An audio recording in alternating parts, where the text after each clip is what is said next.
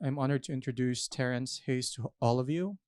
He is the author of numerous collections of poetry and criticism, including American Sonnets for My Past and Future Assassin, winner of the 2019 Hurston Wright Legacy Award, Lighthead, winner of the 2010 National Book Award, and To Float in the Space Between, a life and work in conversation with the life and work of Etheridge Knight, winner of the 2019 Poetry Foundation Pegasus Award for Poetry Criticism. His honors include a National Endowment for the Arts Fellowship, a Guggenheim Fellowship, and a 2014 MacArthur Fellowship. Tonight, he will be talking about not one, but two books. The first is So to Speak, his seventh collection of poetry. Book list in a Star Review writes that So to Speak is a polyphonic, multivalent collection of poetry. Hayes' role as an oracle of the auricular remains remarkable. The poet's nimble knowledge of music and visual arts is notable. Throughout, Hayes continued to stretch the limits of language and explore the far regions of English, while his formal experimentation shines. The second book is a collection of poetry criticism, Watch Your Language, Visual and Literary Reflections on a Century of American Poetry, which booklets calls a freewheeling work of creative originality, equal parts zine, poetic bibliography, and interior atlas to Hayes' literary inheritance. This imaginative undertaking will intrigue aficionados of the author's expanding oeuvre and anyone looking for artistic inspiration. Everyone, let us all welcome Terrance Hayes.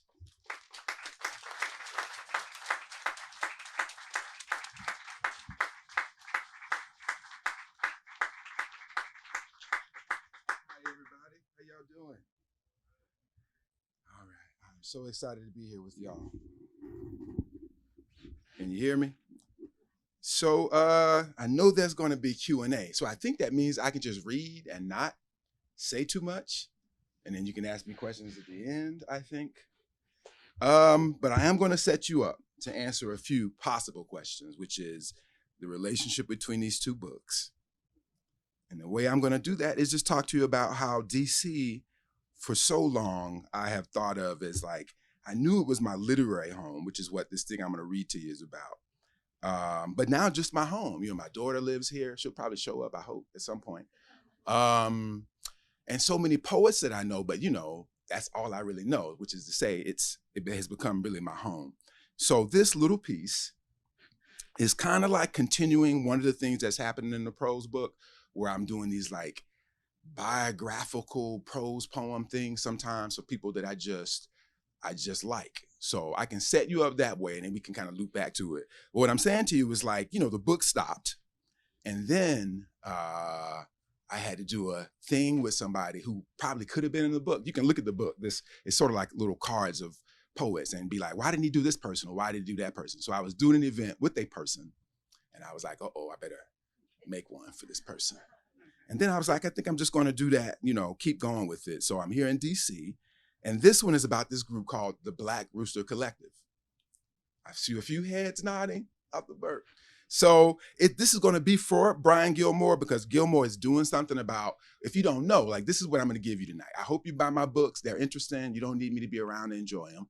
But while I'm here with you, I just want to talk to you about like where you are. And so certainly the 90s and even out of the 90s, I would say for me and for many people, you know, DC was certainly like a really important place for poetry. And Ethelbert, who's in the place, was at the heart of that. How you get these things down, how you tell these stories. I guess at some point they get told. So Brian Gilmore, another kind of legend of the DC scene, and I can maybe say that about this piece that still needs work, and I'm already sweating as I get ready to read it. I knew who Gilmore was, Brian Gilmore, this poet, in my time at the University of Pittsburgh. And I showed up there in the 90s with really no knowledge of poetry. They just put me in poetry. But I had come across some poems in the Pitt bookstore and library. One of them was Etheridge Knight, who Pitt put out. Sharon Olds, Larry Levis, who people are still important to me. But in the library on my own, I found, is it Elvis Goes to Harlem? It's been so long since I even said that title, Brian Gilmore's book. And I found Patricia Smith. And both of those poets are super important to me. But by the time I got to DC, I feel like Brian had left. but he is central to the scene too. So I think he's writing something about it. I'm going to get started now. And he asked me to write, some stuff about my memories then. And I was an outsider. I was a tourist. I was coming from Pittsburgh to visit the woman who would be my wife and is still my friend, even if she ain't my wife. She still is, a close friend. But coming here for her and coming here for all kinds of like poetic education with one of the poets, certainly, who shows up in the book that you can get, DJ Renegade. And let me read this thing to you. So the only reference I have about Renegade of this four group, these four poets who I'm sort of saying almost like the Beatles for me, short-lived. They put out a couple of anthologies. They ended around weird controversy, but they are still in the world. Gary Lilly, I saw last summer, he runs this really important conference out on the West Coast. He's kind of a blues poet. He's in here. Ernesto Mercer is still out there writing, almost like, I don't know, the Kane of poetry. What's the guy's name from Kung Fu? Wandering around barefoot writing poems. Renegade, who just put a book out, and it's why he's in this thing, kind of the joke is that he just revises, and every poem that he has, I'm thinking as I'm writing this, is like a deck of cards. He lives as a gambler, as a poker player. I think that's all you got to know. And as I said, the thing that I'm doing here is always adjacent to the poem. So I'm gonna read this, and I'm gonna read you some poems, and we can talk. I'll read a few other passages like this from the book too. This is one I wanted to try for DC. I just want to put it on there, and it's as I said, it's for Gilmore, who asked me a thing that I couldn't answer, so I just made some stuff up. All right. The night before the legendary Black Rooster Collective reunites to present a dazzling group poem and artwork for Michelle Obama's inauguration, they gather for a workshop, aka a panicked inaugural poem-making session, just as they used to lifetimes ago. So I'm just reading it for the first time. This might be all I read tonight if I keep talking like this. So I'm imagining a future where they come back together, obviously, is what I would say to you. And it would be to give an inaugural poem. So, all right, let me just read it to you so we can get started. The collective features the acclaimed artist, Renee Stout, and poets Brandon D. Johnson, aka The Brain, Gary Lilly, aka The Bluesman, Ernesto Mercer, aka The Priest, and Joel Diaz Porter, aka DJ Renegade, aka The Gambler. Their legend spread farther and wider than legend of Yoko Ono and the Beatles, and likewise their art touched so many hearts that they were called upon on the president's big day. Commissioned to make a portrait of the First Lady, Stout's piece is both painting, sculpture, installation made of bamboo and chocolate, resolving iron clock gears, a floor covered in thousands of diamond sunseed flowers, and a U.S. president flag lapel piercing the petal of a daylily. Bluesman Gary Lilly proposes the group poem respond to the piece, but Renegade thinks it's a gamble. It is not quite true that the Black Rooster poets bring nothing but themselves. Having found his poems in bus stops, rest stops, boxcars, crossroads, airports, and Portsmouth, the bluesman brings the music of American landscapes and a 12-string guitar. Renegade, the Black Rooster who has lived in a house of cards, which is to say a house of math, intuition, and reading lines, rooms, and faces, brings every possible order, structure, vernacular, and mode of revision to the poem the four are commissioned to compose. Priest Ernesto Mercer, the Black Rooster who has lived in all the houses of the eternal, the tents and tabernacles, the corner blocks and temples, the riverbanks and alleyways of the eternal, Mercer brings a spirituality as far out and lyrical as the love of John Coltrane and Alice Coltrane in one vessel. His spirit is part prince in erotic city, part monk in the monastery, part monk in birdland, part orphan prince of the second line. Brandon Johnson, the Brain, who still finds poems close to the ground of DC, where others wandered and returned, brings a complicated local flavor, along with two big eyes observing his life and the lives of his loves. The group works for much of the night, trying to include Johnson's image of Black Yard Dog to the Black Rooster, poet Kenny Carroll, dressed as Marcus Garvey astride an enormous Black Panther, leading a band of guerrilla poets dressed up as poetry teachers. The poets wonder if Brian Gilmore will appear. Gilmore, they cheer when the magnificent poem is complete, like a poet's prayer and good luck and congratulations. The Black Rooster's body of work, which comprises 2 anthologies, The Black Rooster Social Inn, This is the Place, and Who Do You Love? Prose, Poetry, and Art from the Black Rooster Workshop, is, as the name implies, about roosts, roosting, roosters, and the kind of Blackness found in multi-dimensional witness, a vision so compelling, a Black woman asked these men for a poem. Late past the witching hour, the night before Michelle Obama's inauguration, the Black Rooster poets Stitch, Hammer, and Kenny Carroll their recollections of witness, their decades figuring the absence and presence and mysteries of love, the orders and systems of government, religion, music, sports, and film, the violences and silences of all systems of order, the levity and gravity of dirt. But the 5th Black Rooster, Renee Stout, peacefully sleeps because her piece is complete. All right.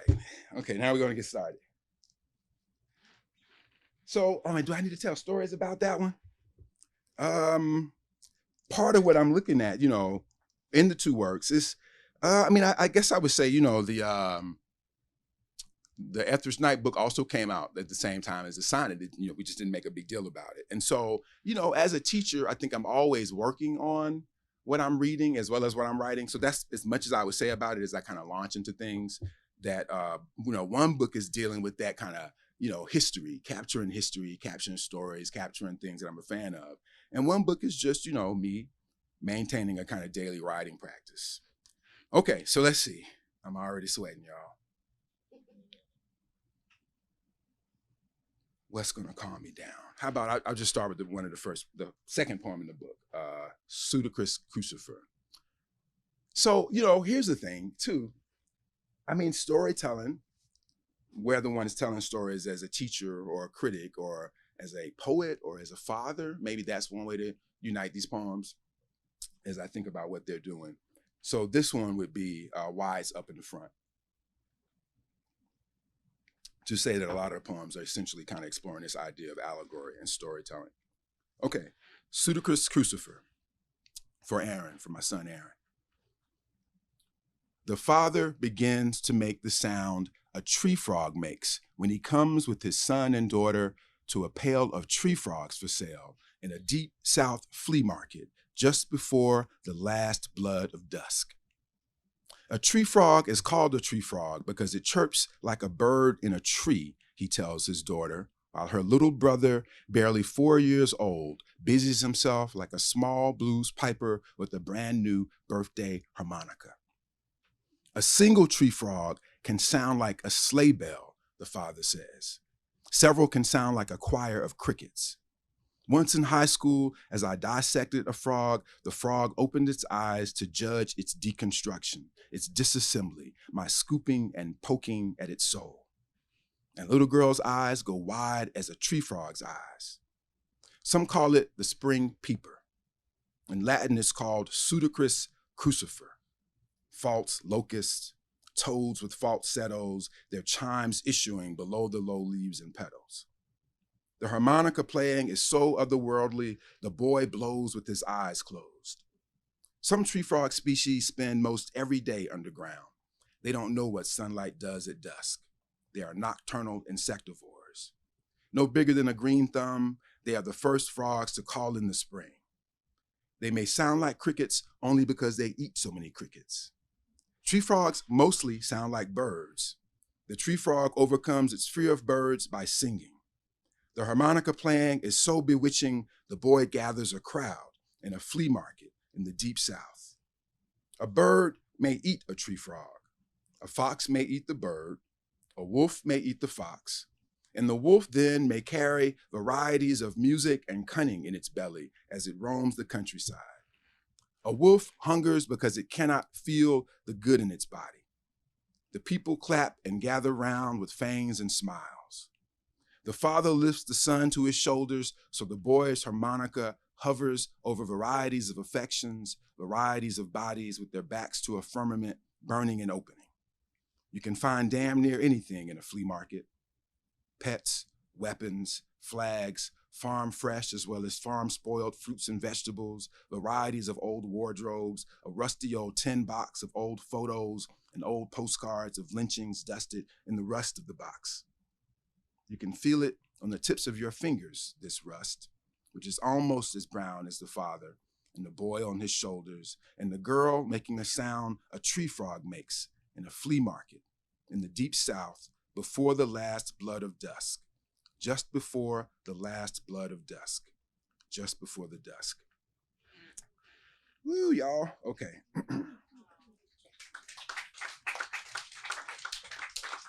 I had planned to read this kind of, well, literally sister poem to this poem. Because when I read that poem for my son, my daughter made a face. I'm like, where is my poem? I thought. So I wrote her a poem. But you know, it's long. So let me see. But it's a story. So I just feel like if I have the right inflections, y'all can deal with the longer poems. And relative to other poems, I guess. But it's a story, and it's for my daughter. So that one was for my son. And this one's for Ua, who ain't here, but you know, she can watch it online later. Stubborn as a goat. I'm like, what would I say to set such a poem up? I didn't have to set up the other one very much. But what metaphors are underneath it for my complicated, beautiful daughter? Okay. Capra agagris hircus. No one knew the reason the town goat followed the flower vendor around town until someone found petals damp, until someone found piles of damp petals along the routes the flower vendor took. All the kinfolk of the goat had long become food. Their bones and muscles had been used for tools and weapons. Mannish water, a popular goat stew, was made from the feet, intestines, and testicles of some goats. Cashmere came from their undercoat of superfine fibers along the underbelly of other goats. Because the goat is one of the oldest domesticated animals, it was one of the first to be sacrificed in rituals, cooked in a hole of fire, thrown off the side of a mountain. Our goat followed the vendor around town, dragging chains anytime there was a death and dragging bells anytime a child was born. The goat had no name, or each of us called it a different name. But when we draped its horns and wreaths and fruits and flowers at harvest time, we called it Cornucopius, the goat. Dionysius spent his childhood disguised as a goat under Zeus's protection, but he went mad when he was turned back into a human. Goats have pupils flat as slits in their irises. A goat is more likely to ram a man than a ram. Our goat pooped flowers, whether we fed it meat from the table or the butcher's block, or even if it ate a rodent at the roadside after scaring the buzzards off. Buzzards, because when you put an ear to the bird, it sounded like bees in a hive. The average goat is well known for pinpoint balance in precarious places, for climbing trees with hooves shaped like ballerina shoes, and for escaping escape-proof enclosures. When grazing undisturbed, goats maintain social distance, but sheep huddle together. Goats don't care for rain, rivers, or seas. Goats converse with people about as well as dogs and horses do. When your grandfather's grandfather was alive, he used to say, "I'll be here to eat the goat that eats the grass on your grave." Many years later, you were born, stubbornly side-eyeing the doctor at your delivery. Maybe your mother had been given a magic goat's milk by the midwife. I brought flowers and the bells and babbling of a goat. You spoke immediately as well as a goat. I'm sorry I have always listened so poorly. Okay, let me see. So you know what? Just randomly, I was talking to my dad. I think there's a difference between retirement and not being retired. He tells more stories, but they're the same stories. So he was telling me again a story about granddaddy, he told me that really is what he said, except for yesterday, off the cuff, he said, I'm gonna eat the goose that's gonna be here to eat the grass off of your gate. I was like, goose? I thought it was a goat. It was something with a G. All right, so, okay, let me see here. Strange as the rules of grammar. Ladies and gentlemen, put your hands together for Kareem Abdul-Jabbar's beautiful iambic name. Do not think of all the tall in him as strange.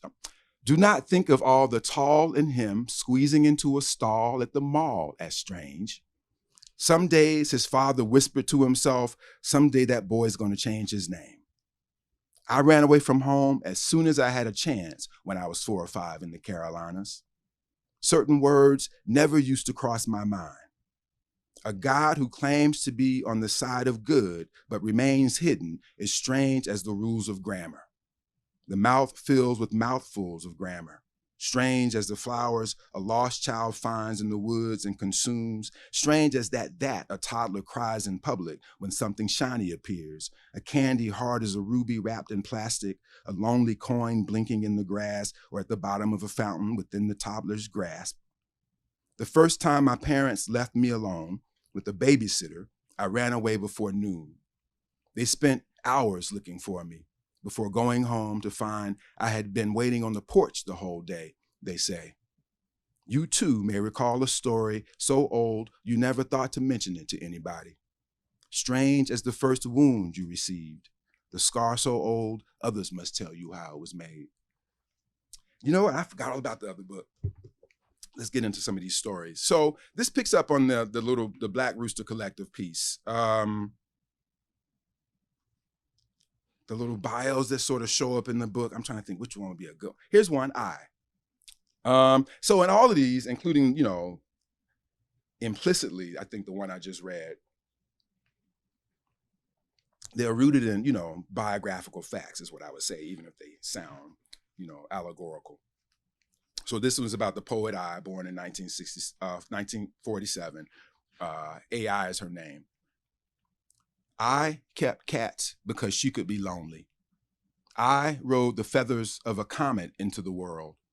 Wearing a wedding dress, I buried Mama in a wedding dress and delivered her eulogy, crying in a dream. I could be Japanese, Choctaw, Chickasaw, and Black because of a streetcar stop. I could be Irish, Southern Cheyenne, Comanche, and Black. I was the child of a scandalous affair. I was Tucson at a crossroads. I was Florence Anthony in Texas. Carolyn Wright said I brought a turquoise necklace. I was a moonstone stained with the twilight of June in Oklahoma. I was disguised as a poem in the pocket of a Catholic school uniform. I could be Miguel Hernandez, Gabriel Garcia Marquez. I could be Cesar Feliello predicting death in black stone on a white stone. I could be Yusunari Kawabata talking to his reflection in a shallow pond. In the blues, the singer is always guilty. In opera, there's often murder in the song. Wearing a kimono, I buried her father wearing a kimono and delivered his eulogy, crying in a dream. I absorbed you through my skin. It's not that I wouldn't buy you a tiara because she was mean. She wouldn't buy it for you because she watched her money carefully. I wrote Cruelty in 1973 and Sin in 86. I wrote Fate in 91 and Greed in 93. I said Jesus walked on his mother's body to be the king of heaven. I could be the blackest soul in the Bible, the bride of the prophet, the least remembered disciple. I lived it. I could be within earshot of a cat call or eyeballing another poet's boondoggle. Bromides pretend to be wise. I on a shoebox on a brown leather high-back chair. I on a cracked glass on a cluttered counter. I on earth. I on a magic carpet. I parked an old maroon Ford in a field outside El Reno. I was wing up on the sideboard of the old car. I was side saddled to the headstrong odor of a ghost. I'm on my way to work. When you run off, I start after you.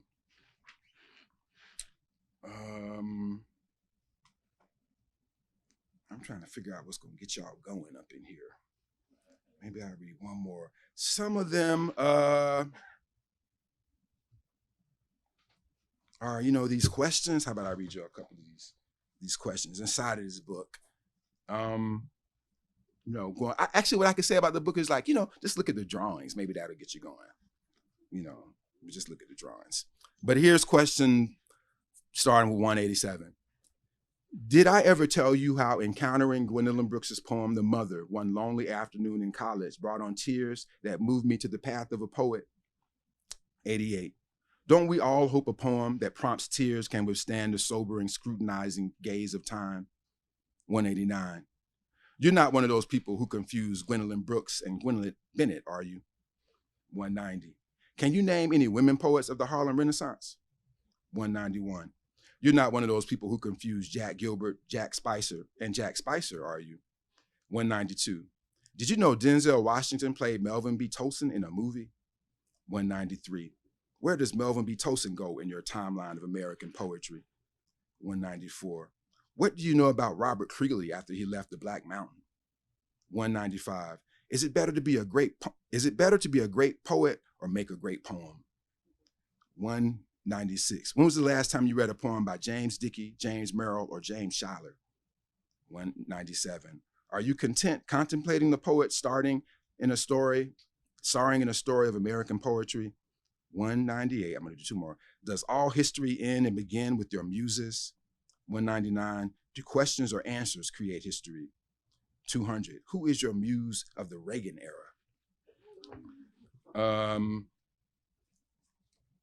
These poems in the middle do some different kinds of things. And I would, they're like, there's a impersonation of a cat up in here that'll really make me start sweating. There's some singing that'll make me start sweating. And here, I'll just do this regular poem. Muscular Fantasy. I think it's a regular poem. They're all like, so in the middle of the book, these watch your step poems, the Kafka Virus is just what I, from day one, was like, it's the Kafka Virus, it's not the coronavirus. And so we can kind of talk about how these things are held together. I can't really explain them. It's starting out. In 6 months, I'll have a great, smart answer for everything. But they're quatrains, but sometimes it's like people and people are rhyming, or because, and I'm trying to think of, anyway, but don't worry about it.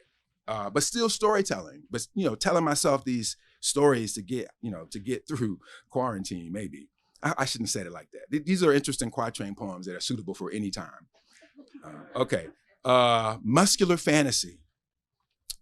I was thinking about that museum with just the one painted stamp people pay big money to stare at, minimum an hour at a time, by a painter of people who have been old for a very long time.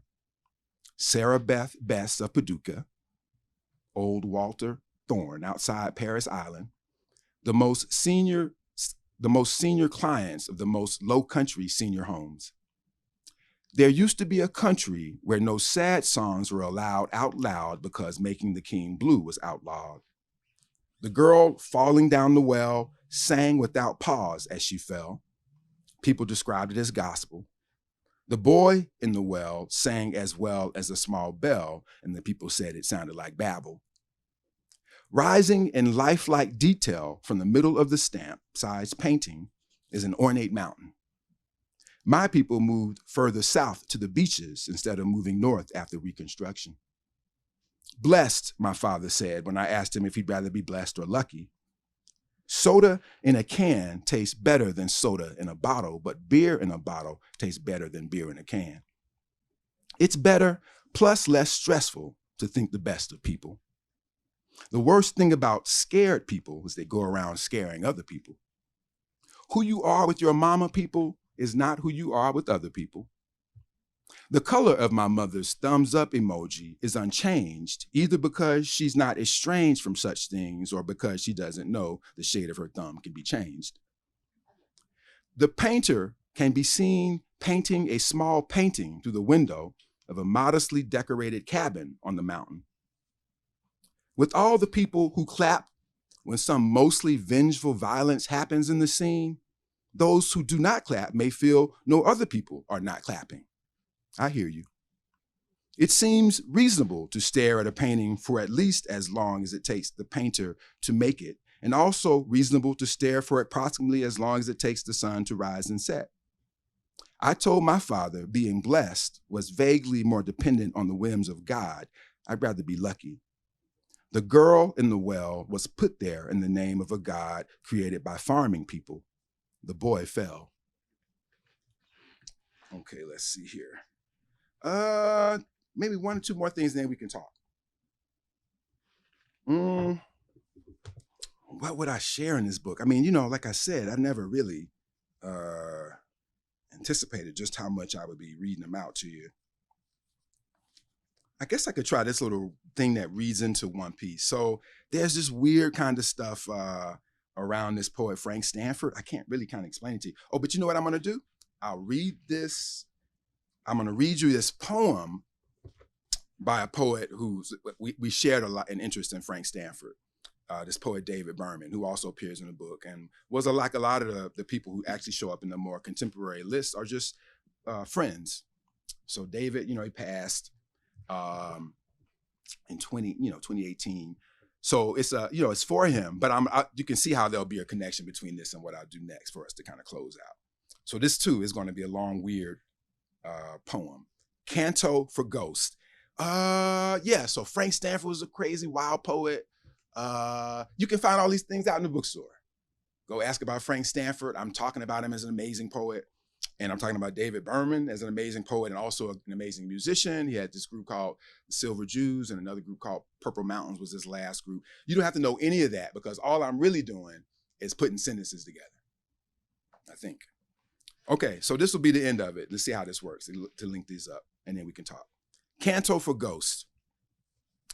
Every eye turned to the side door when Frank Stanford entered with a band called the David Bermans. And that black, coiling, locking orphan head of hair that gave him the aura of a grizzly bear. The Appalachian dust, belly up on the asphalt, where it broke to a gravel under the sky in a country and western song penned by David Berman. A transcript of surreptitiously taped conversations among German nuclear physicists learning America had dropped the atomic bomb on Hiroshima appears on the final page of Menthol Mountains. This was his website. It's still out there, David Berman. Along with Thomas Bernhardt quotes, the late Bill Knott's blog, and a list of other David Bermans. The boots of Johnny Paycheck were set on the headstone, and his voice came over the air like avid static, avid whiskey, avid hunger, avid evening, avid spirit, avid ultraviolet colors, Van Gogh dreams straitjacketed at the asylum. David Berman dropped by the wake, disguised as Frank Stanford, feigning a frank, standoffish storefront philosopher pose. A kisser chock full of liquors and sundowns puked along the bars and boulevards of every Memphis on the planet. Some roads are illegible as the handwritten map someone leaves for a bride, while others are illegible like the handwritten map someone leaves for a widow. David Berman, the plastic surgeon who reattached John Bobbitt's penis. David Berman, mobster and co-owner of the Flamingo Hotel with Bugsy Siegel. After dreaming of himself as a young Elvis, the inverse Dylan, the not-so-antipodal Apollinaire, out of breath in Love Me Tender, where he plays a tragic Confederate, David Berman wakes in a new goatee styled similarly to the goatees worn by General Grant and General Lee at Appomattox. David Berman, when he appears on the doorstep of his beloved, will be the sad king whose queen is kidnapped by pirates, as well as the wild troubadour who rescues her and then recounts for the court at great length his exploits with aid of his blade, his fiddle, a keyboardist, a drummer, and his horse. The troubadour falls for the queen. Berman steps out of a mom and pop tavern wearing large metaphysical prescription sunglasses and singing faintly but poetically and thereby briefly outflanking the ghost oppressing his sub-neocortex. There's a familiar tune in the frequency of David Berman, frequenting the walkie-talkie frequency of Stephen Malkmus, paroling the Whitney in the 90s, half appearing to be actors playing security guards in the Jim Jarmusch movie. David Berman, author of Do Good Design, a book on ethical standards for graphic designers. David Berman, the theoretical physicist. David Berman, the Irish philosopher. Amid the overflow of fire at the campsite of the cookout in the deep summer, alive with gnats and mosquitoes and high devil weather, bearing down on diners gathered to hear David Berman whistle a blues originally composed by Tommy Johnson, the less famous of the two bluesmen, to sell their souls for aesthetics at the crossroads. Everyone in these parts, plays or knows someone who plays in a band on the weekends. The strum and twang of the Delta guitar Frank Stanford plays in the band called the David Bermans sings out over the eternal evening.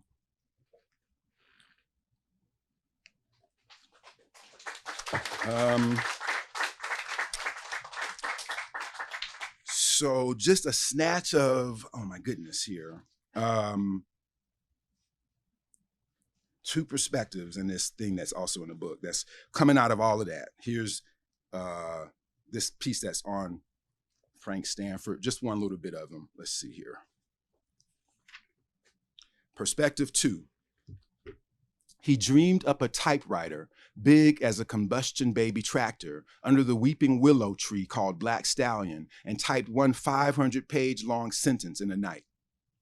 He dreamed a one-word paragraph for the spruce on the battlefield, lullaby for the sugar pines. He dreamed a musical for the large brown bark libocedrus, the king of conifers of the earth, and an epic for the tree most starved, and the tree most like a starved weeping warhorse, and for the tree most like a starved weeping warhorse looking for its rider. I'll get all this down eventually, y'all. Perspective 3. He leaned into the typewriter like a mad farmer tilling for gold at midnight, like a mad jockey racing his shadow in moonlight, like the mad farmer's widow riding the tractor for her children, like the mad jockey's bride shooing the horse's shadow from the church window. Every creative act is a message from heaven. Every feeling is a message from the earth's gravity. Every beautiful thought is proof God's most tangible kingdom is in your head. The feet below the groves and clover meadows do no marching. The path below the light flooding the flowers. There is no trace of the orphan catching up with his ghost late in life or death. Essay task.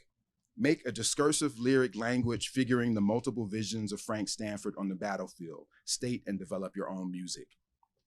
And then this is the last poem. It's in both of the books. Because again, in weird ways, it's just me being Frank Stanford. This one's called Folkestone, which is the name of the neighborhood I grew up in. In my next life, let me be, dear blackbird, born with a foot on the ass of all the assholes. None of them will remember me.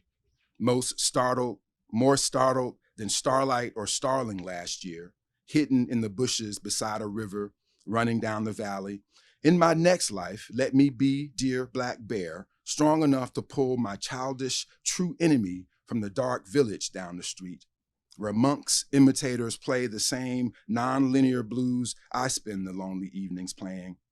Force him to comb the underworld for the book I left beside a girl on a subway, covered in footnotes and illegible handwriting. Dream versus sincerity, thinking versus feeling, machine versus engine, shade versus shadow, the people who come after you versus the people behind you, anything versus everything, poem versus piano. If I live to be a 4-year-old black girl again, my sky black dress will never be as black as my afro. If I live to be a 10-year-old shotgun again, black as an anvil full of buckshot, raise me with my mother in the most southern and southernmost of the Carolinas. Force our enemies to gather all the stones in a beautiful meadow while singing strange godly gospels to pass the time. Woo! All right, y'all.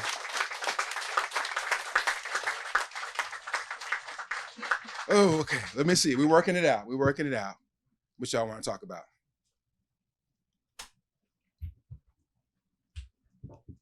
No questions? Does that mean we're done? Yes. Yeah. And it's around. Yeah, there's a hard copy out. They bring it out every now and again because it's really the only issue that press put out, Open City. Yeah, it's definitely, it's out there. Actually, there's yes, it's out there. If you Google, you could actually find it. I don't want to be saying like it's available online in a bookstore. Oh, sorry. Yes. Right. It's great to see you. Thank you so much for coming out. Big fan. So just generic question about creative momentum and inspiration. Mm-hmm. So sorry to interrupt you. That's okay. Can you go to the microphone? Yes. Yeah, I forgot all about the microphone situation. We have, I didn't even see that microphone right there. Oh, thank you. That's Excuse me. very kind of you. Yeah, creative inspiration, momentum. Like, how do you get unstuck? You said at the beginning of the talk that you have a daily writing practice, but just how do you stay motivated? The general thing I guess I would say, and I know to be true, is what I just said about the maybe not worrying so much about genre. I mean, I am a poet, and I do think, I guess, you can see even in the prose in certain kinds of ways, the leaps left-handed poets might make.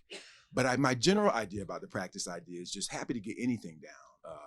Your grocery list, books you want to read, names. My mother was telling me about a family where everybody had the names of animals, and I was just gone. You know, so the boy's name was Wolf, and the daughter's name was Bear. You know, so I was just like, that's enough to write down that she said that to me will be. Right.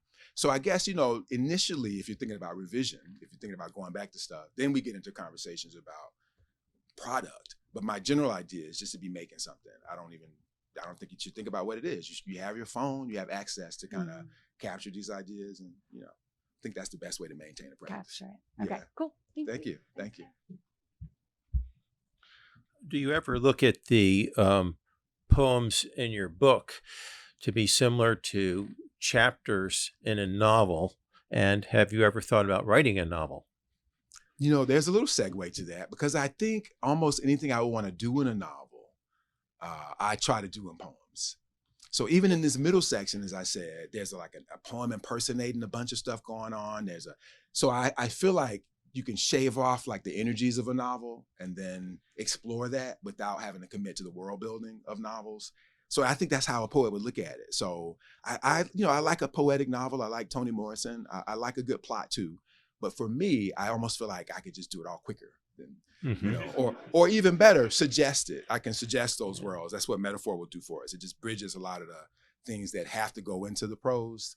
And again, even with the kinds of ways I'm manifesting things like memoir in the prose book, even that is a poet's version of it, or a poet's sense of time with something like extended prose. And about how long does it take to write a poem? And you write them some of them simultaneously? And is editing by the editor of the book different for poems than for a novel? Oh, wow. Okay. All good questions. Well, let me see what I can catch first. I'm realizing all the stuff I dropped, you know, in terms of reading the poems, because the Pseudocris Crucifer poem I worked on for quite a while because I wanted to give it to my son for like his 15th birthday or something.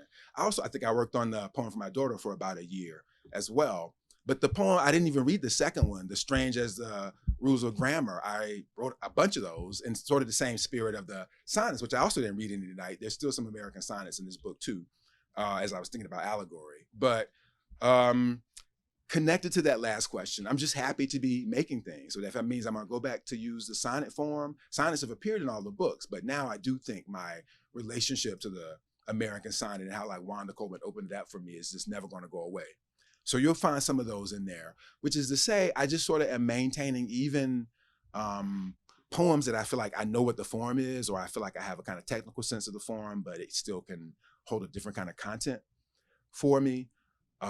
So there's a kind of idea that you still find more sonnets and more of these strange as the rules of grammar poems as I explore that idea. Yes. How you doing, Terrence? Hey. Some of the people that you mentioned have a love of sports. Right. And I remember you were playing basketball. Talk about the influence of sports on your work. Right. The last piece sort of explores this question. The framework of this, actually, you know, the first piece does too. Actually, the first piece is sort of broken up into memoir around, you know, the summer I learned how to dunk. And it's sort of the idea that I've been this tall since I was an adolescent, really since I was 15, and kind of growing into that body. So, you know, people thought I maybe was going to be 7 foot at some point when I was, you know, this tall. And so there's exploring that question of sort of living through that body and then living through whatever's inside my mind as a poet and as a person, you know, as a lover of books. So the last piece in the collection is sort of bridging that question of what I got out of basketball. And it really does go back to what I just said. It's sort of the opposite of maybe what Allen Iverson says about practice. I mean, everybody quotes this thing now, like practice. For me, in both those pieces and in what I've been talking to you about, that's just really most of what we do is practice. You know, the games are just sort of these intermittent things that happen. So I believe in a game, getting dressed up, but most of what you're doing is practicing. So I say it's just best to focus on the thing you spend the most of your time with. So, you know, analogous, and I think this is in the piece, you know, being able to do a 360 dunk in practice with my teammates when I was in college, but never been able to do something like that in the game with just too much pressure, too many audiences, too many rules, and too tight. So I find similarly in my writing, when I have room to kind of try wild stuff or not be so worried about the ref or not so worried about the coach telling me where to go, that attitude is very useful to me in a daily writing practice too. Hence the idea that I don't even think at this point it matters what it is, you know. So I would say I have long separated, you know, my interest in Ethridge Knight or my interest in the Black Roosters, and then my interest in, like, you know, Frogs in a Bucket. And you can see kind of what's happening in the Frank Stanford piece and throughout a lot of the pieces in the book, me just trying to figure out, do I have to keep those separate? Do I have to kind of lean so heavily on this kind of critical teacher voice and this other totally made up voice, and seeing how much those things overlap? But that's practice. Do you know what I mean? Like, I don't necessarily know if the book is finished. That's why I could read you the Black Rooster piece. I don't know if it being finished and being here, as with the sonnets, making a book of sonnets and saying I'm still writing. At this point in my, you know, in my 50s, I think I'm just happy to be writing, even if it's a mysterious, even if it's an enigma, even if it's bad, even if you want to use adjectives, just kind of to maintain that daily habit of just getting something down. So that's how these things that, you know, have been separate maybe will combine in some kind of fashion. But all those things, my favorite thing is that, you know, they're real. The four guys, and even that notion of sort of what I think of their presence, for me, you know, what I got out of their work is that the idea of sort of these men who have lived as poets, they're all older than me. They ain't, you know, whatever I'm doing, they're not doing it. You know what I mean? Like the scale of my success, but knowing that these people live as poets outside of the realm of like, why would you do that? You know what I'm saying? Like, why would you live as a poet? Why would you be a grown man writing poems? Like a beautiful thing. Why would you be a grown-up writing poems? Why would you be anybody writing poems? And so that gesture is sort of what fuels wanting to kind of put it on record. Like, yeah, they're doing that, you know. Thank you. Hello. First, I want to just say that I'm teaching some seniors this year over at the field school, and they're reading your book, Okay. American Great. Sonnets. Thank you. And in thinking about that, I know that you wrote those poems during, the first 200 days of the Trump presidency. Mm-hmm, Yeah. mm-hmm. So I just wondered, you know, with what's going on today, the 2024 elections and politics today, is something brewing for you? Or are you going in kind of a different direction? Can I use that to read a last poem? Oh, yeah. And y'all can ask me about it. Because the thing about this last poem, which is the first poem, since we didn't read any sonnets in this collection, is that I thought it would be the last of the American sonnets, because at the time that I wrote it, the book was in the world. The book had come out, and I was like, this is it. He's done something now that he's definitely going to be in jail. And so I don't even want to go through what it was. There were so many instances like that. So I wrote this poem. It didn't happen. And, you know, other instances like that appeared. So if you were keeping up in any kind of way what was going on or where those poems came from, you would see that conversation still being carried on in those sonnets.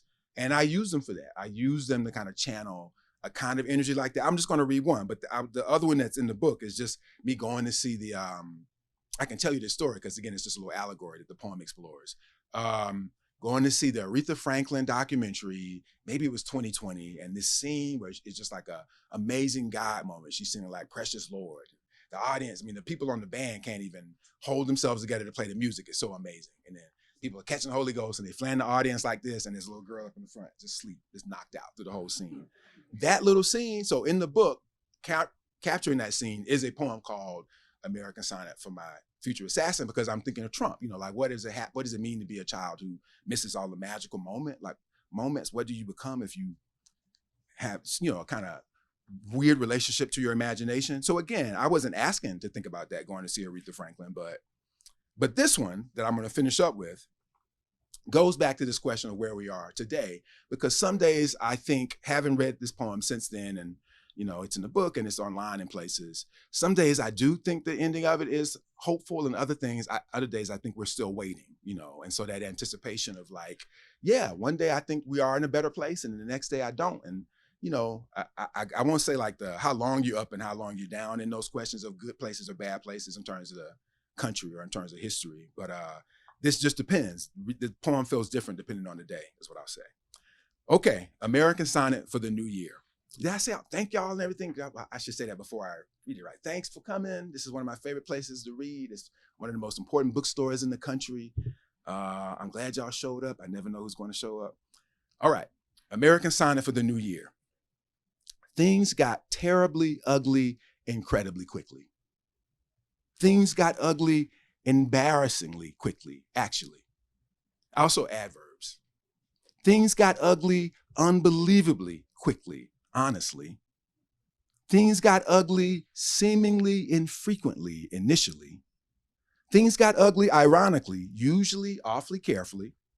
Things got ugly unsuccessfully, occasionally. Things got ugly mostly painstakingly, quietly, seemingly. Things got ugly beautifully, infrequently. Things got ugly sadly, especially frequently, unfortunately. Things got ugly increasingly obviously. Things got ugly suddenly, embarrassingly, forcefully. Things got really ugly regularly, truly quickly. Things got really incredibly ugly. Things will get less ugly, inevitably, hopefully.